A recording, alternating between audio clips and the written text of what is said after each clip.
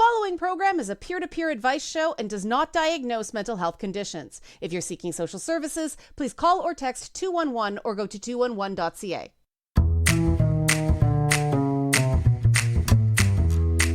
Hello, listeners around the world on radio, streaming, and podcast services. This is It's Not Therapy. I'm Liana and I am not a therapist, but I am your source for navigating the madness of mental health using my top 10 sayings for going good crazy. This week, we're talking about femininity and fear, why so many women push good things and good people away. My guest this week will be Riana Malia, creator of the Clear to Create method. She'll be on the show after the first break. Now, there's a lot of content on social media featuring women warning people about red flags. And while obviously warning signs exist, I find myself increasingly thinking that the amount of fear most people live with regularly isn't good for anybody. Women are taught to have a particular kind of fear that causes us to deny ourselves opportunities because we're just so afraid of being taken advantage of and tainted forever. Well, I hear men frequently complain about fears of false accusations of abusing women. Women are the ones who are more likely to fear, actual abuse. And yet, we don't learn the skills required to get away from that abuse at the first sign of it. And so we end up in the same relationship patterns again and again.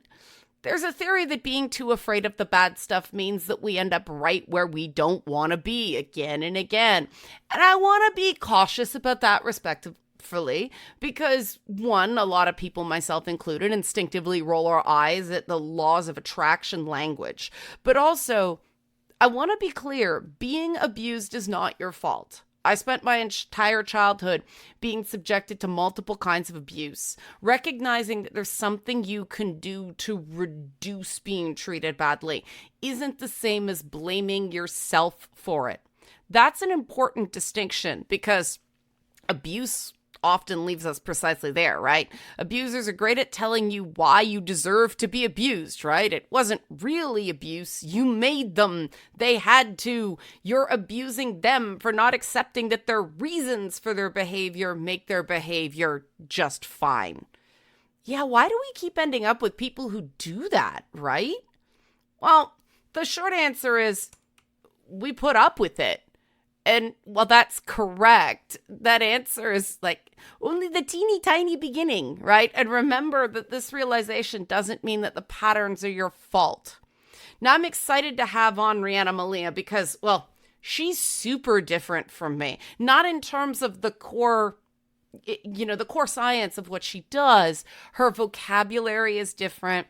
And there's even stuff in her methods that actively didn't work for me, but they are proven to work for many. And the absolute joy of doing this show is to have on different perspectives. Sometimes a different way of explaining a concept will get someone to understand it when other metaphors don't work. This stuff is too important to only attempt it one way. And we're definitely in a time where there are plenty of ways to tear someone down, including ourselves, and not enough ways to build up ourselves and others. And a great way to build yourself up is to be around people who are interested in building, creating, achieving their goals, and have a solid sense of their values. So after the break, I'll talk to Riana Malia, creator of the Clear to Create method. Her publicist told me that she likes to freeform, so I'm giving it lots of time. We're going to talk about how you can stop living in fear, how you can stop pushing people away, how you can stop going through life feeling bitter, resentful, and scared, and how you can get the good things to start happening, as Riana calls it, being a magnet for miracles. Now, do you have a story you think would be good for the show? Are you interested in sponsoring the show? Liana at nottherapyshow.com is my website. At nottherapyshow is my socials. Liana at nottherapyshow.com is my website. When we come back, Riana Malia, creator of the Clear to Create method, about how to become a magnet for miracles and how to stop pushing people away when we come back on It's Not Therapy. The following program is a peer-to-peer advice show and does not diagnose mental health conditions. If you're seeking social services, please call or text 211 or go to 211.ca.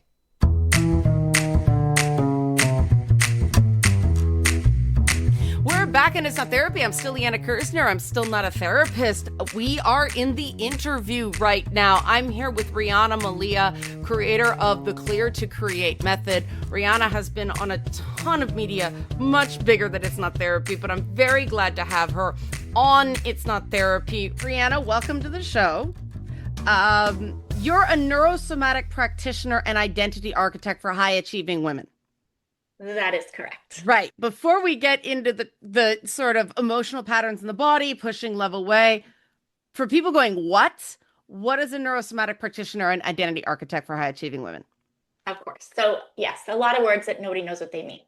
Neurosomatic is really the intersection of neuroscience and doing work in the body, because as we know, a memory is cellular, right? So oftentimes we think about memory being in the brain, which of course it lives in the circuitry, but really memory is cellular. So everything you've ever experienced your entire life, everything that's been said to you, done to you, everything you've said to another person, it's all held in our bodies. And when it's not released properly, which when I say properly, meaning not going back into the story and pain that caused the trauma in the first place, then we see things develop and manifest in the physical, like anxiety and depression and overwhelm and autoimmune disorders and illness and injury, disease, all of those things, right? And the identity architect piece is really about, there's so many incredible high achieving women. Their identities are still attached to who they were 20 years ago or 10 years ago or 30 years ago.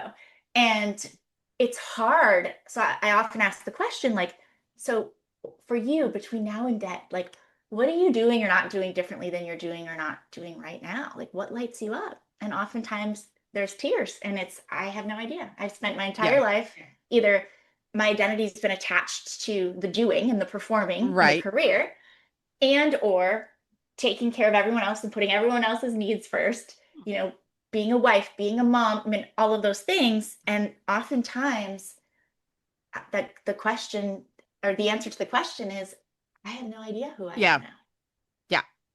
Yeah. It's interesting. I had a moment 10 years ago, I guess, where I realized that people didn't know who I was in high school. They're judging me by who I am now. And if I show up acting on stuff that happened to me when I was 15, I seem bad crazy to the people who didn't know me back then. They know me now. Sounds like you're saying this is not an uncommon reality. It is an uncommon realization. Is that correct? Correct. Okay, so that opens us up into women, especially high achieving women. We've seen the stats. We see that women just aren't dating like they used to. They're pushing people away. Now, because pushing people away is this term, right? It means something different to lots of other people. Now, what in your work does pushing people away involve? Well, I think, that can mean a lot of different things to a lot of different people. But what I see over and over again is, number one, especially like I said, with high achieving women, and I don't want people to get tripped up on that word. And the reason I say this is it was really interesting. Somebody had sent me a note yesterday. They had heard me on a podcast and they're like, listen, I am not a high achieving, high performing woman. Like I've done that. I don't want to be that. But I want to make the distinction that doesn't mean doing more. I work with high achieving women who are so burnt out from performing that part of the work that we do is like, okay, what is the life that you want? And what if you can have all of that without this constant desire and drive that you have to be better, it has to be perfect, you have to do more? Because that's something that you decided somewhere between 0 and 7. That's underneath unconscious running the show. So I want to start by saying that high achieving doesn't mean hustle and doing more. It means actually living the life that is meant for you, having everything you want, whether that's, health, wealth, relationships, all of the above, but actually doing less and being actually anchored and grounded in the things that are aligned with who you are and who you're becoming.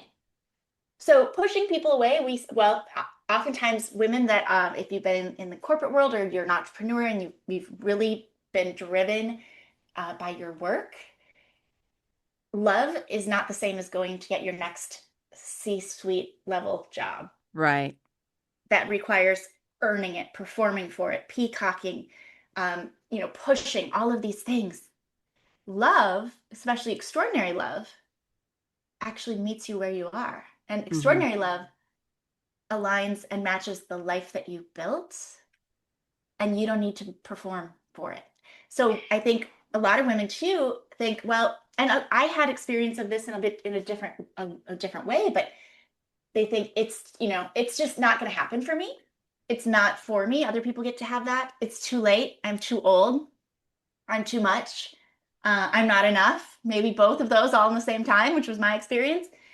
And so we make these decisions, and it's like, I'm fine. I have a great life. I have great friends. I have a great career. Maybe I have kids. Like, I'm good. I don't need that.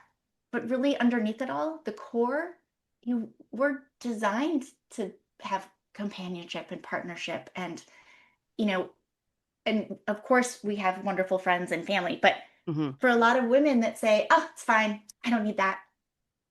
It's just the front so that they don't have to either deal with the embarrassment, the shame, Right. or they've been hurt so many times, and they this is where the conversations will come to me of like, there's clearly something wrong with me because I just keep dating the same person in a different body, or I keep marrying the same person over and over again. So obviously there's something wrong with me. There's absolutely nothing wrong with you. It's the way that your patterns and your unconscious wiring, and it's what you're focused on and what you're thinking about, Mm-hmm. not actually anything wrong with you. And the other thing is, if you're listening to this and you're like, yeah, but I am this really emotionally intelligent, brilliant, amazing woman, I should be able to figure this out. Right. If you could have figured it out, you would have already. It's, Yeah. you cannot solve a problem with the same mind that created it. That's why we have to do things differently. Right. And I mean, that whole inner narrative you just mentioned, it was all like looking at the negative, right? Too much, not enough. These are comparatives to what? Nobody knows, right? Focusing on getting hurt, embarrassment, shame, not the rewarding parts, not the getting support, not the having good moments, not the laughing together. Something's wrong with me. Is that part of what you're talking about? Like the body, the threat response, just overriding the possibility that any good can sneak into? It's definitely part of it. Okay. And so there's two pieces to this. And yes, to answer your question first, when as women, if our nervous system doesn't feel safe and it's dysregulated, which for a lot of us it is all the time until we can actually tap in and do something like this, it's not going to do a lot of things. Like for instance, if you look at how men and women are wired, Right. if a man's nervous system is dysregulated, they can still release physical weight, they can still do all Mm-hmm. kinds of things. For us, if our nervous system if it doesn't feel safe and it's not regulated, you can do all the things. You can Mm-hmm. intermittent fast and you can Pilates and you can go to bar, and there's physical weight that your body will not release because it's not safe to do so. So Right. actually, there's a lot of practitioners that work with, women in midlife. I'm 49, I'm in that perimenopause like situation, and they will actually send them to me so we can release this emotional weight, and Mm-hmm. then the physical changes. So yes, and one of the things that when people start to talk to me about how they end up in the same situations, and this is not only for relationships, it's for everything, right? We all know the person that there's never a parking spot when it's raining. Everything always happens to them, and they go Mm-hmm. to get their hair done and they hate their hair, and nobody understands, like all those things. Or what is it that every job or company that I go to, I have this boss that hates me. Like, Right. I have such bad luck. Well, that will continue to happen forever because that's what that person is focused on. So in my work, um, so my values as a human and for my business are love, generosity, impact, the belief in what's possible, and being a magnet for miracles. And teaching being a magnet for miracles is one of my favorite things to do. And this is kind of the second part of the answer to your question. So here's what's so critical. Every single day, we think between 65,000 and 85,000 thoughts. Mm-hmm. A lot of thoughts. 90% of those thoughts are recycled. So they're the same thoughts that you thought yesterday and the day before and the week before and the month before and probably the year before and for sure in the middle of the night when you're running through all the what ifs and all the stuff. And the problem with that is 75% of those recycled thoughts are negative. Yeah. Now, I get a huge amount of pushback on this because my clients, like I said, they are badass, incredible women. They're like, oh no, I am so good on mindset. I have done all the mindset work. Like, I am so, so, so clear. I don't ever want to be in another position where I'm in a relationship where I don't feel valued and cherished. I don't ever want to be in another relationship where I feel like I have to take care of them, but rather than have a partnership. Or I don't want to be in another relationship where I don't feel like I can trust them. So I become this psychopath and like questioning everything. And then am I crazy? And then it's just Hmm. awful. And I don't want to be in this financial position. I don't. Yeah. The issue there is the unconscious mind doesn't hear qualifying. We talk about that all the time on Yeah, this show. it doesn't hear Oh, the yeah. don't. It only hears what you're focused on. So it's no different than when we get in the car and we throw an address in our nav system or in Google Maps and we're like, here's where we're going, and then it takes us there. Every single time you're talking about what you don't want again or ever or more of, that's all you will continue to get because that's what you're putting in your nav system, if you will. And every single time we do that, we are reinforcing those neural pathways, Hmm. which gives the unconscious mind, which gives the reticular activating system in the brain. Here's what we're focused on. Here's what we're Hmm. looking for. I'm going to be right about this.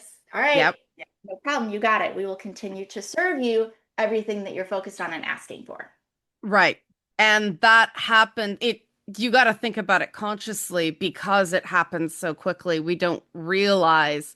I talk about stories. I talk about being the hero of your own story and not anyone else's on this show a lot because, you mentioned it before, they hate me, my boss hates me. This is in memes now with millennials. The idea that somebody pauses, delays on a text. Oh my God, they hate me. As a society, there's this epidemic of unnecessary panic. And when you talked about feeling unsafe, that all kind of came together. It's cultural at this Mhm. time, Rihanna. It it isn't stuff women are doing to themselves and men as well. It's sort of this cultural soup that how does somebody start to detach from that being everywhere and get a better mind body experience? Mm, I love that question. If it's okay with you, I'd like to kind of walk you and your listeners through something that I do with my private clients That'd be that great. Yeah. actually can, in the course of the next 72 hours, we can rewire your thinking process and Hmm. part of your brain. So we just talked about that, right? All these thoughts that we're thinking and it's all recycled and most of the time we have no idea that most of the time we're thinking about what we don't want. I ask Right. people all the time, what do you want? They tell me everything they don't, right? Right. Perfect example. So let's talk for a minute about something that I call the fear to focus flip. It's part of my framework. But really, like, this is the whole becoming a magnet for miracles, right? And so we're going to talk about two walls, your away wall and your toward wall. So if you're really visual, I want you to imagine that you're literally in a room with four walls. And I want you to tell me or answer to yourself. So you have a wall in front of you, behind you, to your left and to your right. One of those walls is your away wall. And on your away wall is everything you don't want. All of it, Mhm. all of it, all of it, all of it. Okay. And then another one of those walls is your toward wall. And your toward wall is everything you do want: wishes, goals, dreams, desires, magic wand, fairy dust, all the things. And if you're visual, I want you to close your eyes and tell me, okay, which wall is your away wall and which wall is your toward wall? Oh, my away wall was immediately in front of me. My toward wall was behind me. Okay, fascinating. Like, it's so, everybody has different, Yep. oh, this, that, the other. So amazing. So now what I want you to do is I want you to get two clean pieces of paper. Okay. And on the top of one, you're going to write away. On the Okay. top of the other, you're going to write toward. And obviously, we're not going to take the time to take 10 minutes now, but what you're going to do is you're going to actually sit down and give yourself time and space to really pour out everything on those lists. Everything. Keep writing. Right. If you need 10 pages, great. And then what I want you to do is I want you to do two things. Number one, I want you to take photos of both of those lists on your phone. I suggest pinning them in a notes app to the top so you can just open it and there they are. You can access them all the time. If you are tactical, I have some clients that will take those lists in a particular room of their house, bathroom, closet, office, whatever, bedroom, and they'll put them on the walls that correspond for them. So however it feels like you can anchor that in. And the only other thing that you need for this is a rubber band. Okay. And it can't be like one of our soft, scrunchy ones. It has to be like the office one that hurts when you snap it. So make sure you don't start the actual process of this until you have a rubber band. So if you choose to accept this mission over the course of the next 72 hours, your life is going to change. So here's what we're going to do. After you make your lists, after you've taken the pictures of them, you're going to put that rubber band on. And you are going to snap it hard every time that you realize that you're either like in this downward spiral or you're like in this place of fear and negativity, anxiety, blah, blah, blah. And then here's what's interesting. That first day, you might not snap it very much because you've been running, this has been running the show for so long, it's hard to even recognize it. But even like all of a sudden you get, the end of the day or it's the middle of the afternoon and you just have that kind of like pit in your stomach, your chest feels a little tight, or you just feel kind of in the yuck.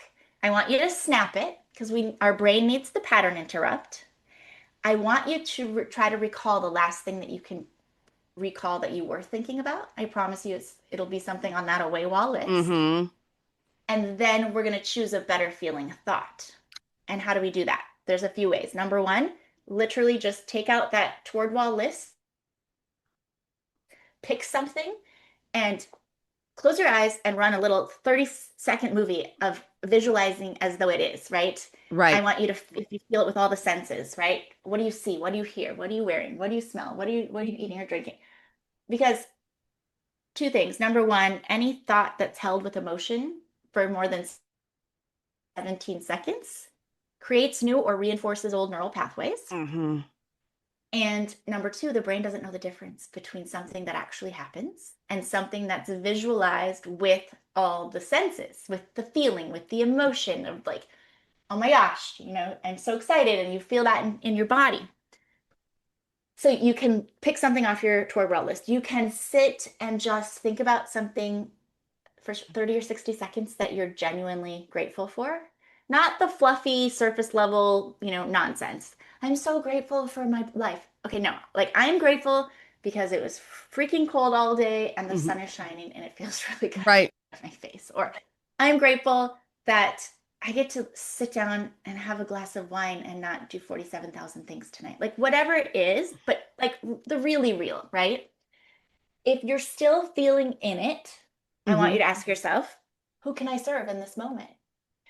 And it does not have to be some big gesture. It doesn't have to cost you money. It doesn't even have to take any time. It could be as simple as a text to a girlfriend or a friend saying, hey, thinking about you, love you. Or just even sending a prayer or an intention for someone.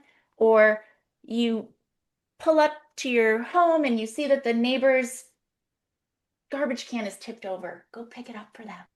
Like, it doesn't have to be big, but it's in service of someone else in some way. It gets you out of your head.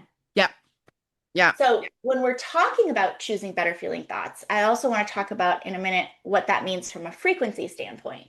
But before we do that, I want to say, so the second day, you might start noticing you're snapping a little bit more and you're like, okay.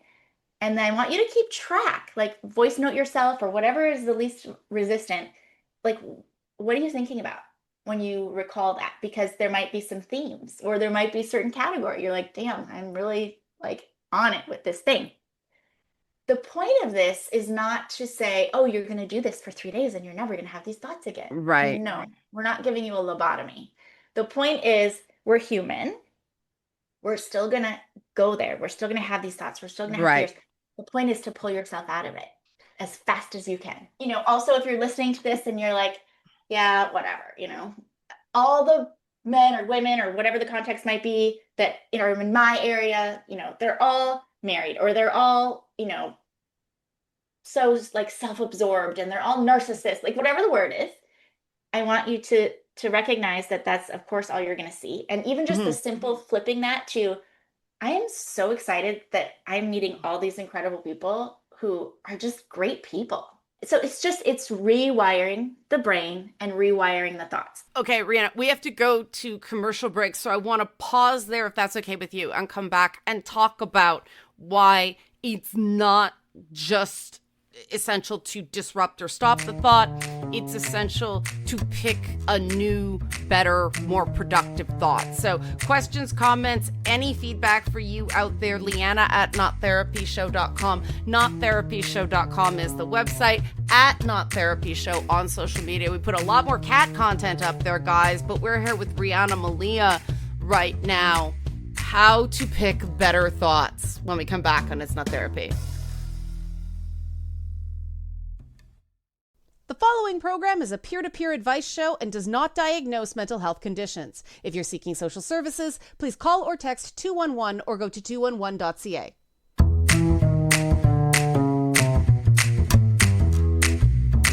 We're back and It's Not Therapy. I'm still Liana Kersner. I'm still not a therapist. We are still talking to Riana Malia, of the creator of the Clear to Create method. And before the break, Riana was talking about the importance of, not just disrupting thoughts that aren't getting you where you need to go, but also the importance of, Riana, take it away.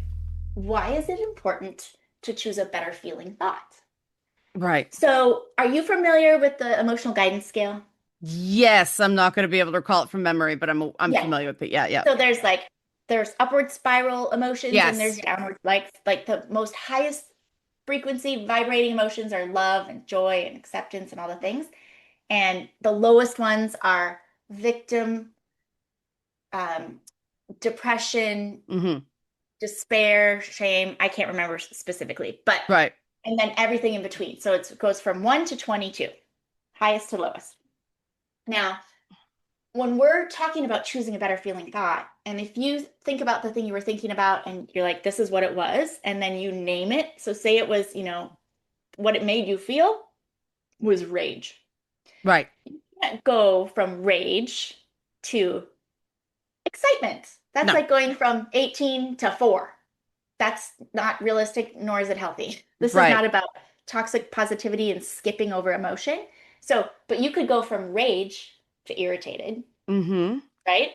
You could go from irritated to bored. So, and I'm happy to send anybody the actual emotional guidance skill because it's really helpful.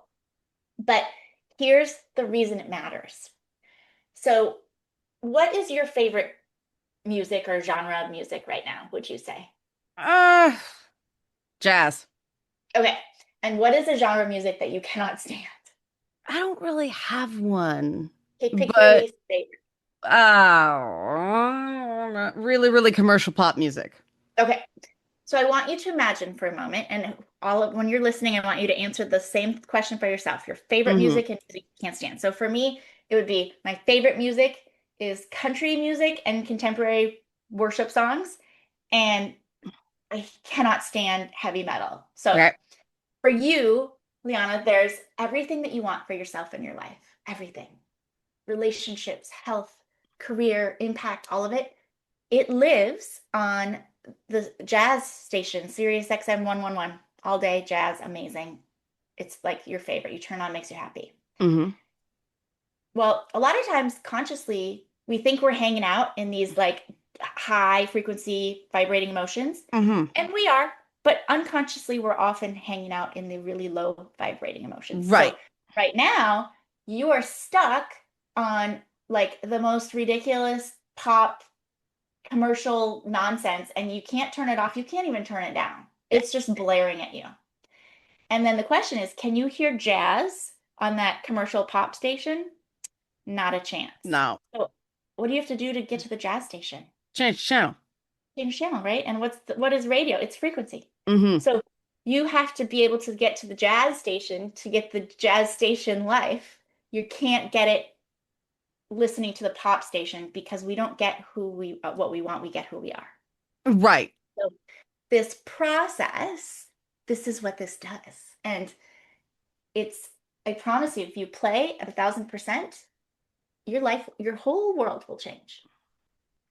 Now, that's got to be the hardest part with people starting. I mean, what you said earlier about people not knowing what they want.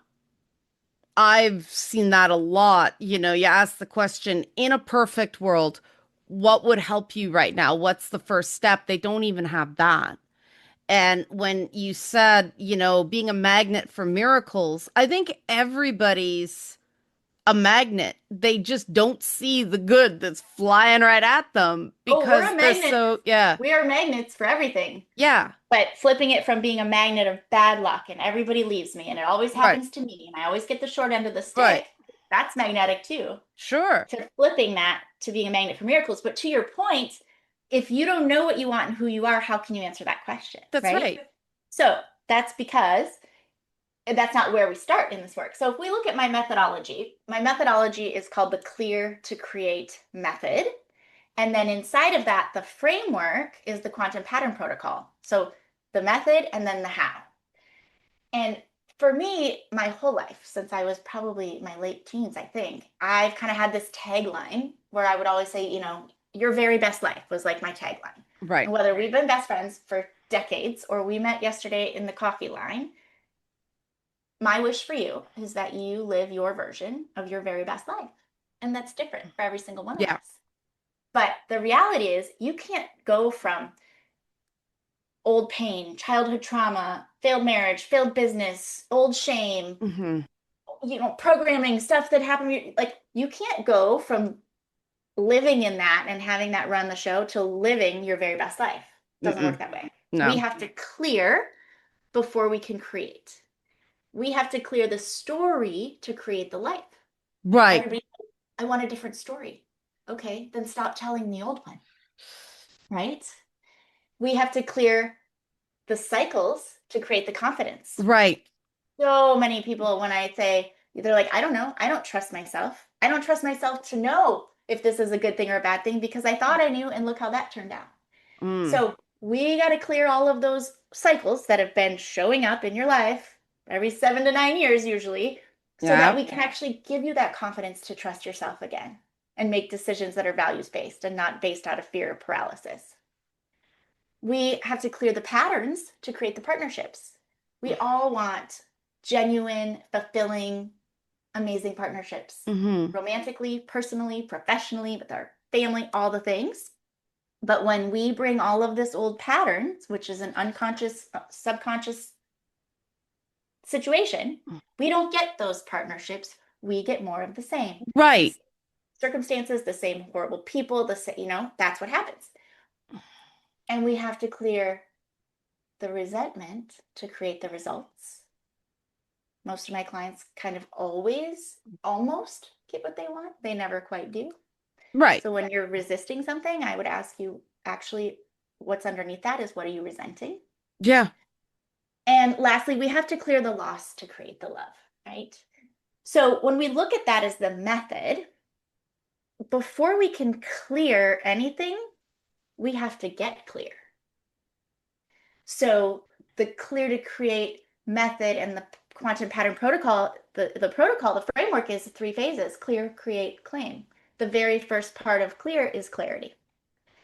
And so we can actually, a couple of things. Number one is, using quantum linguistics, I ask you a bunch of questions. And it's the only part of this work that feels therapy-ish. It's the only part of it, but foundationally, I need to understand where you are, start to understand what you want and what's underneath it and driving it, which a lot of times is an or a less or a Hmm. combination thereof. And then we get crystal clear on your values, on your Hmm. non-negotiables, on your desires. We create a menu because it's like, this is why most people never get what they want, is Hmm. because it'd be like going into a restaurant and saying, the server comes over, Right. what can I get for you? I would love a beverage and a salad, and An then give me entree. Right. a protein and a side. Great. Right. And they bring you an iced tea and roasted chicken and some glazed carrots and a Caesar salad, and you got precisely exactly 100% what you ordered. Right. What you wanted was a glass of rosé and a beautiful piece of salmon and some roasted asparagus and an arugula salad with goat cheese and fresh figs. Yeah. Not at all the same, Nope. but 100% why most people never get what they want in this world, in this life. And then always wonder why. They're always, why does it never happen for me? Well, because you're not clear. You're not giving clear instructions. And when we look at creating that menu, if you will, with those three pieces and really doing a values elicitation and a non-negotiables and a desires, and we can do that about anything, what relationships, health, Mm-hmm. life in general, money, it doesn't matter. But when you get to make values-driven decisions, you get to make clean yes and clean no decisions, Right. which means it keeps you out of the middle, which is the maybe, which is the devil, which is where the drama and the friction and the noise and the decision fatigue And, lives. and being busy, busy, busy and getting nowhere. Yeah. And again, then going, well, I don't know if this is really a red flag or if I'm just being ridiculous. Right. Is this okay? Maybe it's okay. Maybe it's not like really a deal breaker. So then you either again make decision based off fear, or you don't make a decision at all and just have this crazy idea that, time will just take care of it, which it Right. will, probably not in your favor.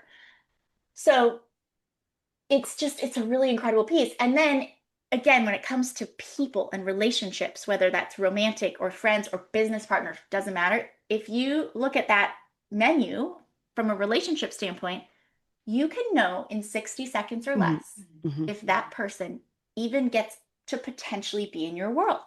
If the values don't line up, or if there is anything on that non-negotiables list or not on it, depending on the context, it's a clean no. Yeah. It's easy.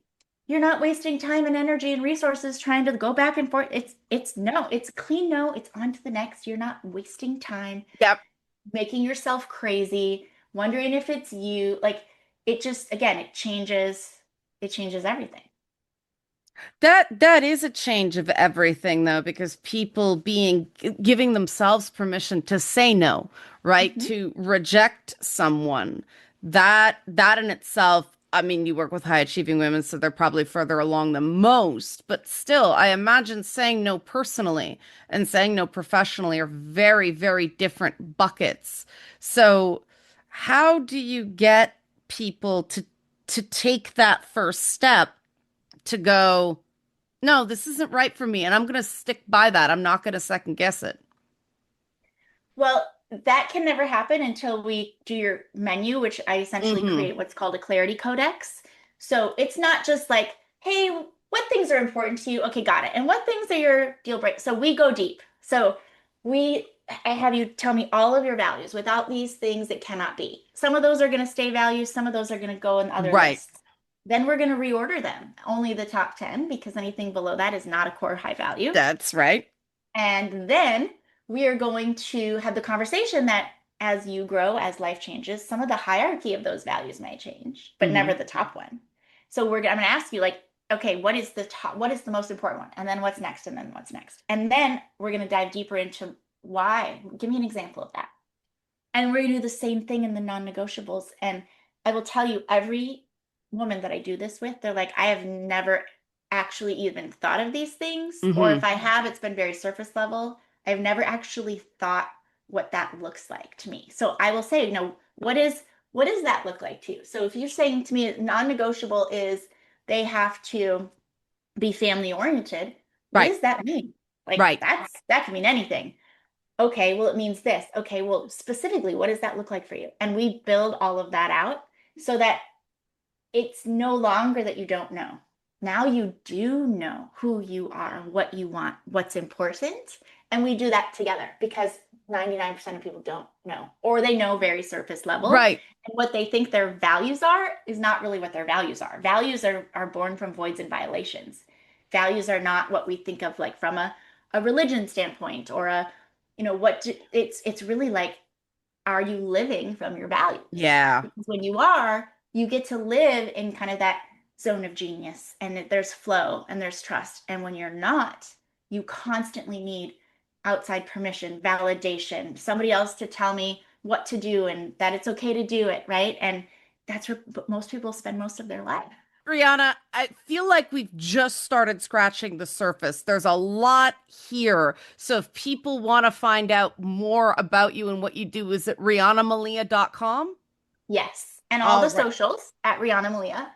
But I would love to leave them with a gift if that's okay. So we've talked a lot about identity. We've talked about trying to figure out who we are. So I've created a diagnostic assessment called the ELLI, Mm-hmm. the Extraordinary Love Index, right? And it answers the question, what's standing between you and extraordinary love? And don't get tripped up if you're like, well, I don't need that because I already have a wonderful marriage or relationship.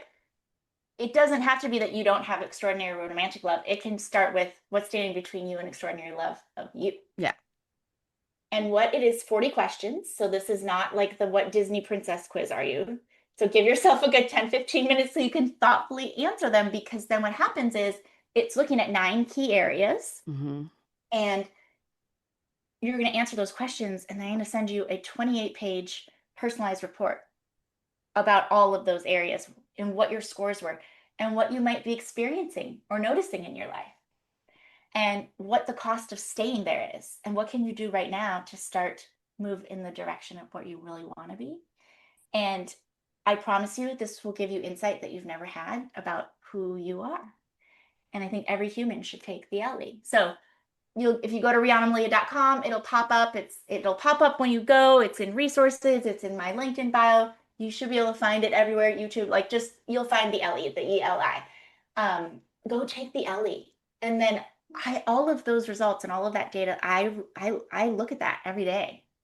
We've a few thousand people have taken this now in the last few months, and it's so incredible to be able to see some of the similarities and the through lines of like what we're experiencing, what we're feeling, where we have really low scores. Maybe it's trauma, maybe it's impact, maybe it's trust, maybe it's all of these different things. And again, some of this, obviously, we're self-aware people. You're going to know some of these things, but it's going to connect some dots for you. And there's also, I promise you, going to be at least one area where you're like, oh my God, that makes so much sense now. So would love you to take the ELLI, love for you to come and find me on socials and at the website. And if I can support you in any way, please reach out. rianamalia.com, Riana, like my name, only with an R, Yes. Malia.com. Check out Riana. Thanks so much for being on the show. Of course. Thank you for having me. All right. When we come back, I want to do some final thoughts on those values that Riana talked about and why they're so important to meeting your goals. On It's Not Therapy, questions, comments, any feedback. Liana, not Riana, Liana. At nottherapyshow.com. Nottherapyshow.com is website at nottherapyshow on social media. I will remember how to say my own name when we come back right after this.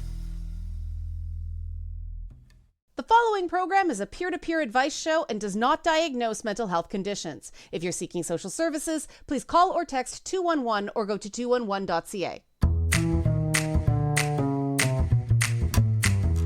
We're back in It's Not Therapy. I'm still Liana Kersner. I'm still not a therapist. We are still talking about femininity and fear, getting over it, getting where you want to go, getting to a more happy Riana Malia approved method. Check out Riana's Clear to Create method on her website, rianamalia.com. And I mean, see what I mean? Off the top of the show, that she said a lot of concepts that I talk about in a very different way. And I want to circle back around to that idea of values being a guide, because they are, duh. But I don't think people realize how much living in accordance with your values, really understanding your values, how much of a difference it makes and why it makes a difference. And a lot of people get into adulthood thinking they know their values. But as Riana pointed out, they really don't, because when you're in school, you're encouraged to believe absolutely everything is important. You kind of have to, because teachers insist that absolutely everything is important, right? And it can't be. That's just not how life works. When you get into adulting, I think the reason a lot of Gen Zers and, even still some millennials are struggling with the dreaded adulting is a lack of clear values. I've seen younger clients who worked with other coaches and they have their priorities list, and there's a list of 12 things, and everything's a 10 out of 10 on priority. Everything's a number one priority, all the superlatives, and those aren't priorities. You really do have to know not just what is incredibly important to you, what you just can't live without, as well as what's really not so important to you. Because those things that aren't important to you, that's where you can compromise. That's where you can let other people have things that are very, very super important to you, right? And that insulates you from, those people you want to avoid, who you may blame yourself for running in the same type of people again and again and again. Those people who are hyper visible to you because of bad past experiences. And, maybe you're not seeing the better people who you didn't give a second thought to because you were so busy scanning for threats, but also, the good in people that you can appeal to if you understand where an essential values overlap is in your communications. If there's somebody at work that you just really don't like, but you recognize that they are very good at what they do and they're not doing anything to you, well, focus on how good they are at their job, what they bring to the team, not how much they absolutely drive you crazy, because you got to work with them, And if they're not bullying you, if they're not harassing you, they're not doing anything overtly awful, maybe that's an opportunity to get out of your own way and attract more positives instead of putting out negatives into the world. Just a thought, right? If you're constantly thinking about how garbage your dating life has been, how awful your exes are, how terrible your family was, right? What do you think you're bringing into every room you step into? That, right? Instead of, wow, I get to be at this cool event around all these neat people. We are coming up on holiday party season. Maybe that's the thought you can disrupt and pick something that's better for you. Questions, comments, any feedback, as usual, Liana at nottherapyshow.com is my email. Nottherapyshow.com is my website. At nottherapyshow is social media. Again, very silly cat videos right now. Great way to disrupt negative thinking. That is one way your crazy is only a problem if it's hurting you.